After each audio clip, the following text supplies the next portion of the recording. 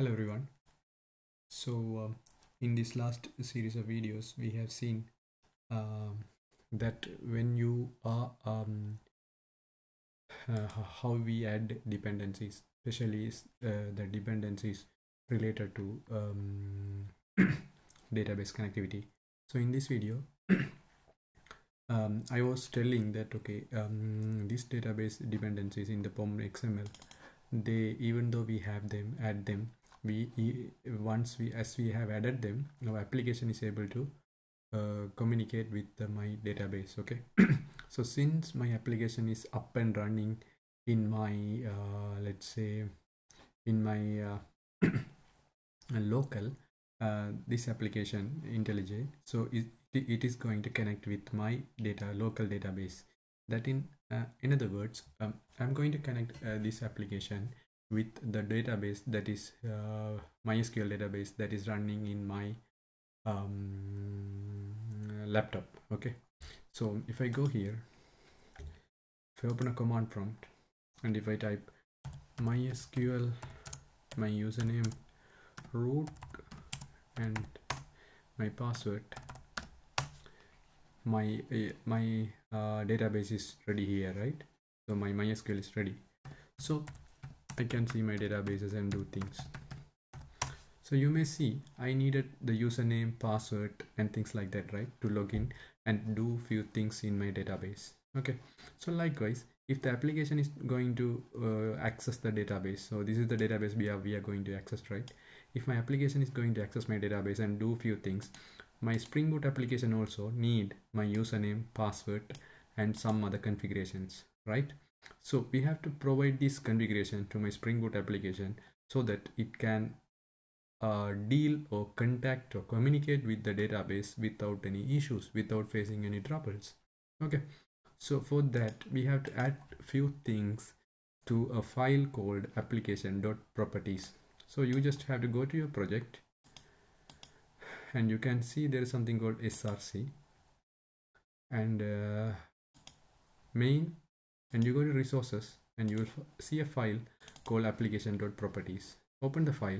This file is generated when you generate your project. Okay, there you have to add few things. That means the details.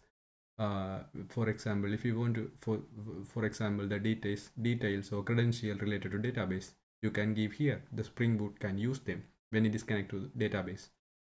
So I have a set of details that is supposed to be added there. I will give them in the description so that you also can use. Later on this series, or way later in somewhere, we can check what is the meaning of this each and every line. For the moment, you can understand.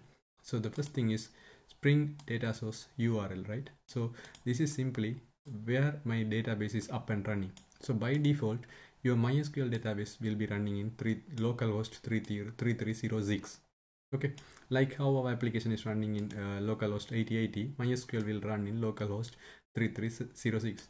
And you have already created a database called staffManagement by manually, right? We have done it. If you have not done it, you have to do it. Okay, so if you see your databases here, you will see the staffManagement is there, right? So you have to mention it here. Okay, so you have to mention this whole string along with the database name. So by this, your application will know any data or things I'm going to handle, I'm going to do, will be done in this database. You got it? Okay.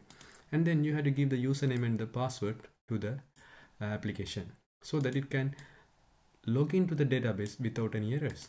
So if you cannot provide a password, or if you give a wrong password, what will happen is when the application is trying to log into the MySQL and try to do things, MySQL will not allow your application to log in as a user because the credentials are wrong, right? So this is the username and password. This also you have to mention. So don't forget to think much about this. It is about the driver class, okay? And this also you don't have to worry. And here, for the moment, don't worry about this also, okay? So if we add these lines, we are good now to do anything with our database, okay? Only thing is you have to ensure this database name is correct as you have created a database for these application purposes, okay? So I will open my MySQL workbench.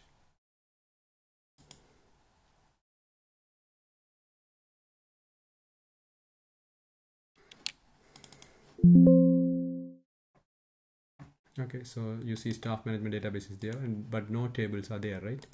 So okay, I'm here.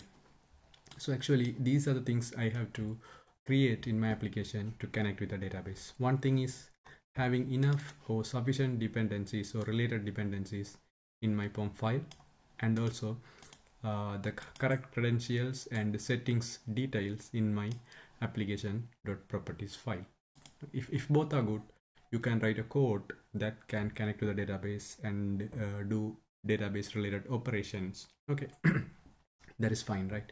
So now what I'm going to do is, what I am supposed to do is, I'm supposed to create a repository package, right? Repository. So controller we have, model we have, service we have, and I have to create a repository package. There I need to have a class related to repository class where I'm going to have all the database related code.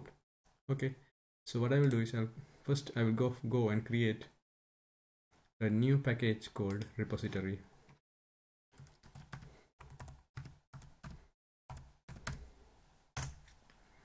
Okay, and there I'm going to create a repository class.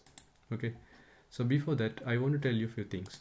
One thing is, for example, when we try to update a database, or when we try to add the data to the database, what we are basically going to do. So let's think about this scenario. Okay, this adding add staff scenario, right? Initially we don't have any data. For example, you are trying to add a staff data and you want to bring it to the database. For the moment we are just adding the staff data, and it is going to staff service, and there this add staff method will simply add the data to an array. Okay, but now what we are going to do is, we are not going to add the data to an array. Instead we bring the staff data to the repository layer, and from the repository layer we are going to add the staff data to my database, staff management database. Okay, so if I'm going to add the staff data to my staff management database, basically I need to have a respective table in my database, right? So basically, logically talking, if I'm going to add the staff let's say staff data to my database, I need to have a staff table. Okay, so if I go to my staff class, and I can see it is containing staff name, staff ID, and age. Okay, so all these three values should be populated in my staff table in my database. Okay, so in other words, I need to have a table in my database with the name staff, and it should have 3 columns. One is staff name, other one is staff ID, and the other one is age. Okay, staff name is string, staff ID is integer, and age is integer. Okay, so basically I'm going to have a table in my database that is similar to the staff class. Is that clear to you guys? If this is clear, we are good to proceed further. So I will continue this in the next video, guys. Until then, take care, bye.